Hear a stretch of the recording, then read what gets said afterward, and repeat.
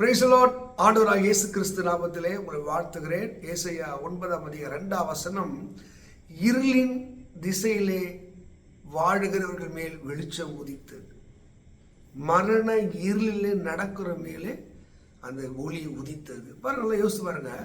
இந்த மரண இருளிலே நடக்கிறவர்கள் மேலே ஒரு ஒளி உதித்தது. மரண இருளின் திசைகளிலே குடியிருக்கிற, யோசித்து பாருங்க, வசனம் அழகாய் சொல்லுகிறது.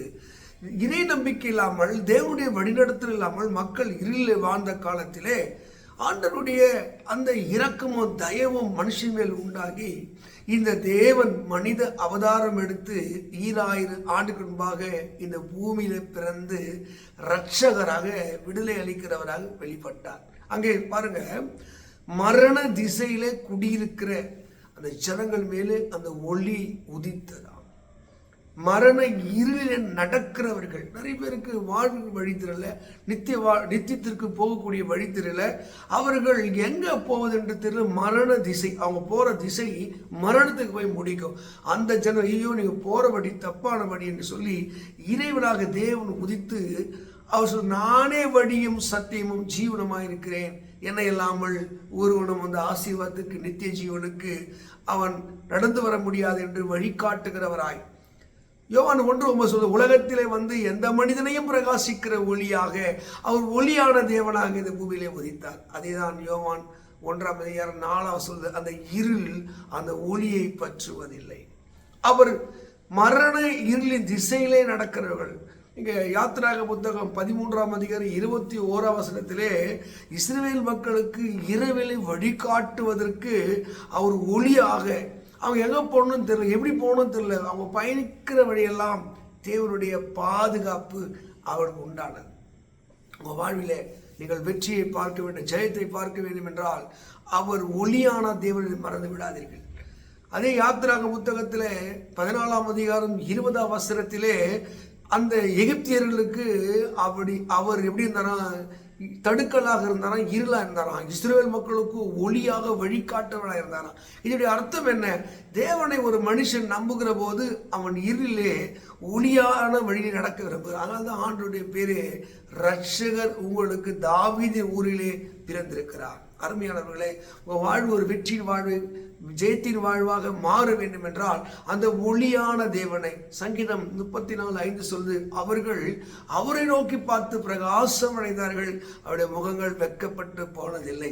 அப்படி வெட்கப்படாத ஒரு நிலை உங்கள் வாழ்க்கையில் வர வேண்டும் என்றால் உனக்காக எனக்காக ஒரு தேவன் கொடுக்கப்பட்டார். அதே ஏசாயா 9:6 நமக்கு ஒரு பாலகன் பிறந்தார், நமக்கு ஒரு குமாரன் கொடுக்கப்பட்டார். நமக்காக, நம்மை காப்பாற்றுவதற்காக பாலகனாக இறைவன் பூமியிலே வந்து அவர் குமாரனாக சர்வத்தையும் செய்து முடிக்க 33 ஆண்டு வரைக்கும் மனிதனுடைய வாழ்வுக்கு, விடுதலைக்கு வழிகாட்டியாக இருந்தார். கர்த்தத்துவ அதிகாரங்கள் அவர் தோளின் மேல் இருந்தது. அவர் நாமும் அதிசயம், ஆலோசனை கர்த்தர், நித்திய பிதா, அவர் வல்லமையுள்ள தேவன். மந்திரமோ சூனியமோ வியாதியோ பாவமோ மரணமோ அவரை அண்டாது, அவரை அண்டிக் கொள்ளுவர்களையும் அண்டாது. அதனால்தான் மரணமே உன் கூர் எங்கே, பாதாளமே உங்க ஜெயம் என்று சொல்லி மரணத்தை ஜெயித்தவராய். அருமையானவர்களே, நீங்கள் அந்த ஆண்டவராக தேவன் உங்களுக்குள்ளே பிறக்க வேண்டும் என்றால் பரிசுத்த வேதத்திலே மரியாள் என்ற ஒரு பெண்ணிடத்திலே போய் பரிசுத்தமான ஒரு இடத்திலே பிறக்கணும் என்று சொல்லுகிற போது அவள், இதோ நான் ஆண்டவருக்கு அடிமை. கீழே சொல்கிறார், விசுவாசித்தவளே பாக்கியவதி. நீங்கள் கர்த்தராக தேவனுடைய வாக்குத்தத்தங்களையும் வார்த்தைகள், அந்த ஒளியான தேவனை நம்பினால், விசுவாசித்தால் அவர் உங்களுக்குள்ளே பிறப்பார். இயேசு உங்களுக்குள்ளே பிறந்தார். கர்த்தத்துவ தொழில் இருக்கும். எல்லா வறுமை, ஏழ்மை, தரித்திர சாபங்கள் உடையும் கர்த்தர் பிசாசுகளிலிருந்து அவர் வல்லமையுள்ள தேவனாய் உங்களை காக்க வல்லவராய் இருக்கிறார். அருமையானவர்களே, இந்த நாளிலே கிறிஸ்துவ ரட்சகர் உங்கள் உள்ளங்களிலே, உங்களுடைய இல்லங்களிலே அவர் பிறப்பதற்கு உங்களிடத்திலே என் சத்தத்தை கேட்டு ஒருவன் கதவை திறந்தார், நான் உள்ளே வருவேன், அவனுக்குள் நான் பிரவேசிப்பேன், அவனை ஒரு புது மனிதனாக மாற்றுவேன், நான் வல்லமையுள்ள தேவன் என்பதை நிரூபிப்பேன், ஆலோசனை கர்த்தர், நித்திய பிதா என்பதை நிரூபிப்பேன். உங்களை ஆண்டவர் உங்களுக்குள்ள வர விரும்புகிறார். நீங்கள் இயேசுவை என் உள்ளத்திலே வாரும் மரியாதை போல, இதோ நான் ஆண்டவருக்கு அடிமை என்று நம்பி பாருங்கள். அந்த தேவனுடைய வல்லமை உங்களுக்குள்ள கடந்த இருளை போக்குவார், புதிய பாதையை காட்டுவார். கர்த்தர் உங்களை ஆசீர்வதிப்பாராக. ஆமென். God bless you. God bless you.